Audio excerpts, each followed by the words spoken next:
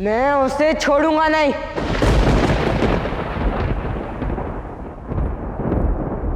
ये मेरा निर्णय था ज्येष्ठ। मेरी इच्छा से शनि ने मुझ पर अपनी दृष्टि डाली और मुझे कोई हानि नहीं पहुंची। और विश्वास है कि कभी किसी को कोई हानि नहीं पहुंचेगी जब तक उसका मन पवित्र है। इस प्रकरण से मैंने एक बहुत बड़ा गुण पाया है ज्येष्ठ, विश्वास करना। और मुझे अपने भाई पर विश्वास है।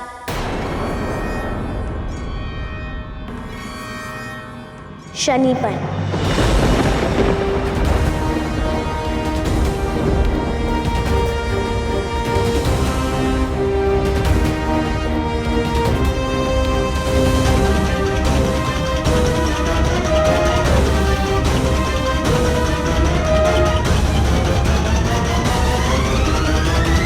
यमी ऐसा कह ही नहीं सकती।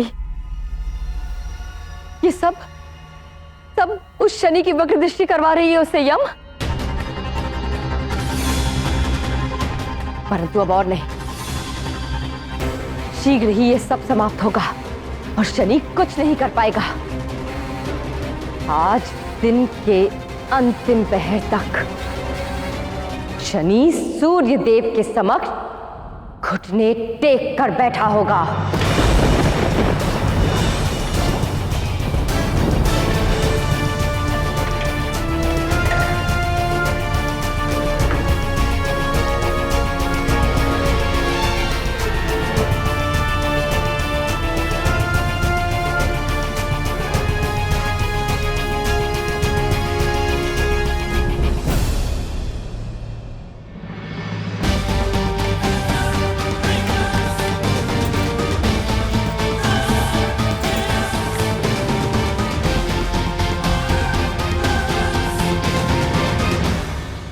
जाने, परंतु यहां क्यों? हमें किसी गुप्त स्थान पर होना चाहिए था।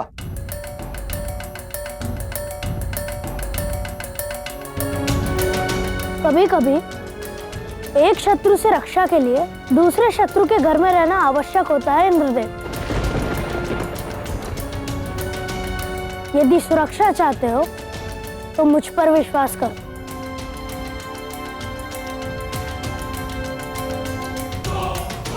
और आपसी शत्रुता भुलाकर साथ रहो।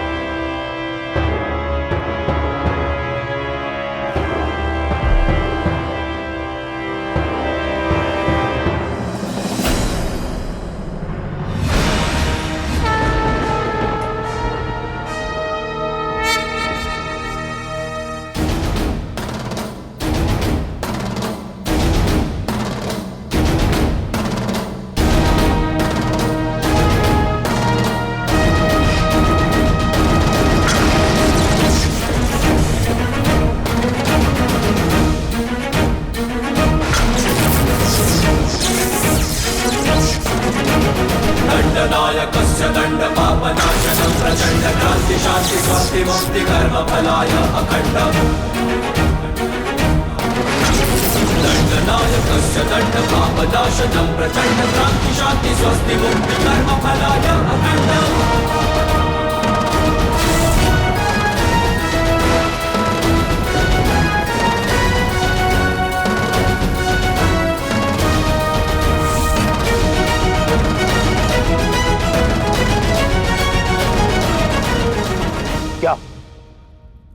क्या है ये शनि? ये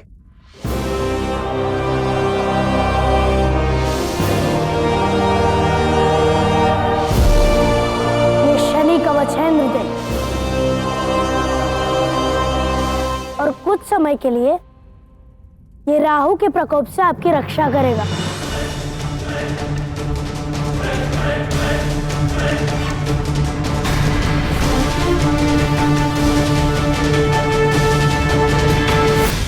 परंतु शनिपुत्र, तुम कहां जाने के लिए सज्ज हो? इस समस्या का सामना करने के लिए।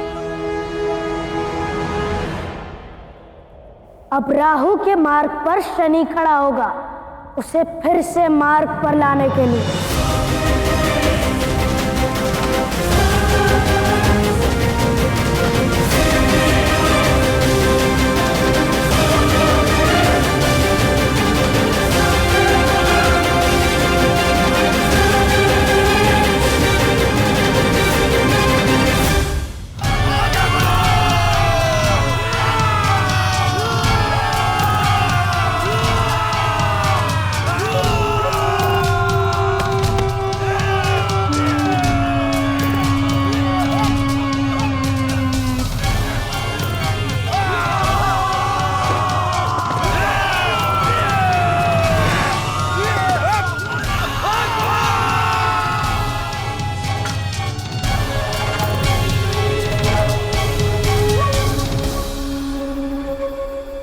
स्त्री पर वार करना नीति के विरुद्ध है, तो क्या किया जाए?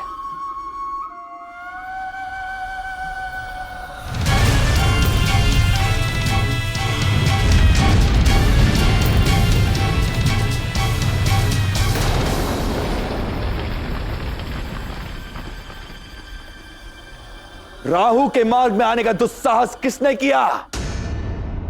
स्त्रियों पर अत्याचार करोगे तो शनि को सामने पाओगे।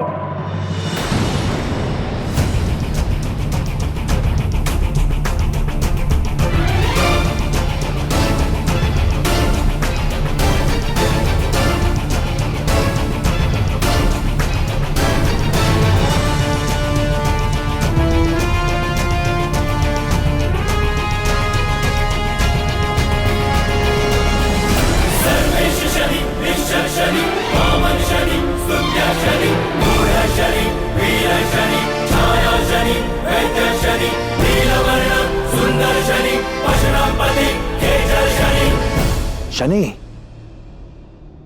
स्वागत है मित्र, परंतु थोड़ा विलंब से पहुंचे।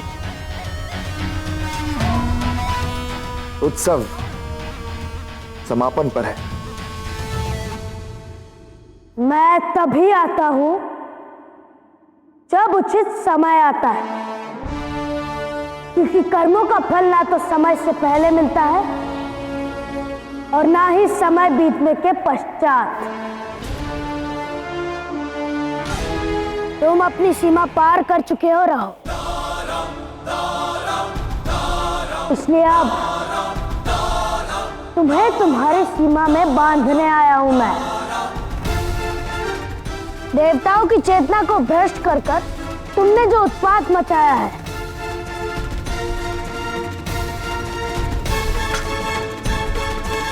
उसका अंत करने आया हूं मैं।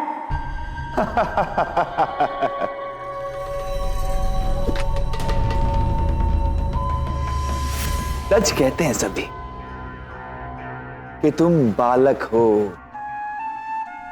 तभी तो इतने भोले हो। यदि तुम्हें लगता है कि ये सारा प्रकरण लुप्त हुई चेतना का है, तो तुम बहुत बड़ी भूल में हो शनि। समस्याएं तो बस अभी प्रारंभ हुई हैं।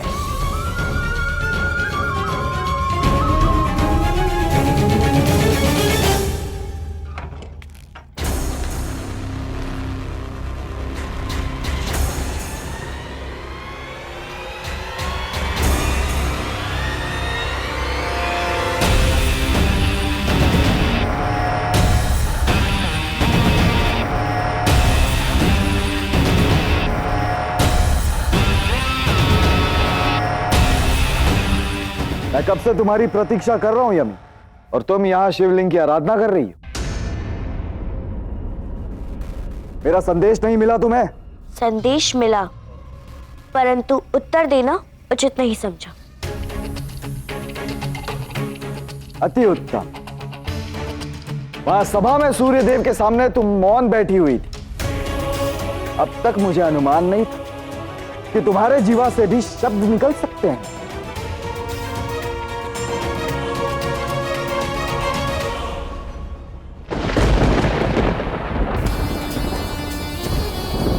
जहां तुम्हारी दृष्टि पड़ी है वही तुम्हारा उचित स्थान है, अपने होने वाले पति की चरणों।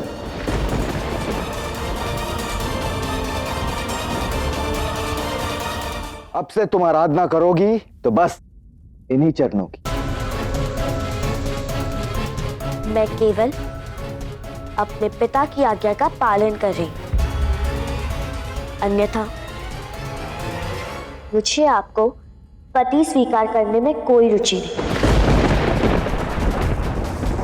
और सोचना भी मत, सूर्य पुत्री शनि की बहन तुम्हारे चरणों में झुकेगी।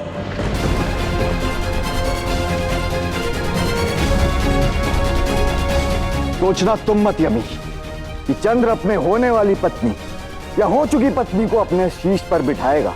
चंद्रदेव,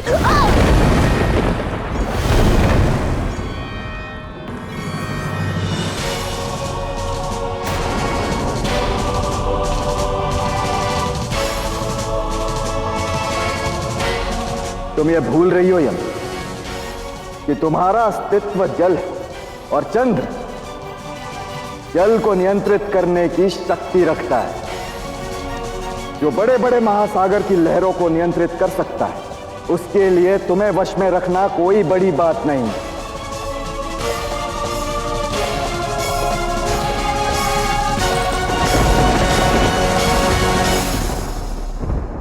बहुत अच्छे, अपने स्थान पर मौन रहकर बैठना सीखो।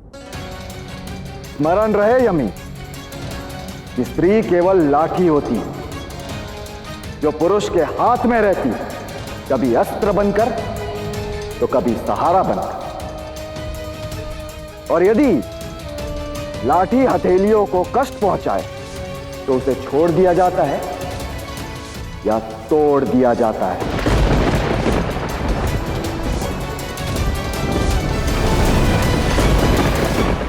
आज के लिए इतनी सीख पर्याप्त है। अब जाकर उसका समापन करता हूं जो राहु ने प्रारंभ किया।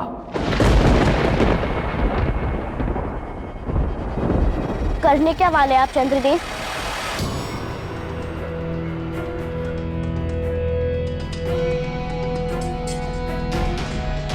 मन कहता है कि तुम्हें बता दूं, परंतु अनुभव कहता है कि तुम्हें बताना आवश्यक नहीं।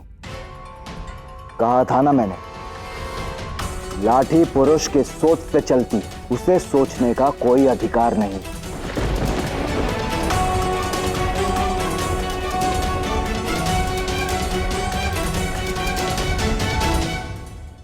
महत्वाकांक्षा जब सीमा से अधिक बढ़ जाती है तो विनाश ले आती है राहु। तुम्हारी महत्वाकांक्षा भी सृष्टि में नाश का प्रारंभ कर रही है। चेतावनी देता हूं, मार्ग पर आ जाओ, अन्यथा मुझे तुम्हें मार्ग पर लाना होगा।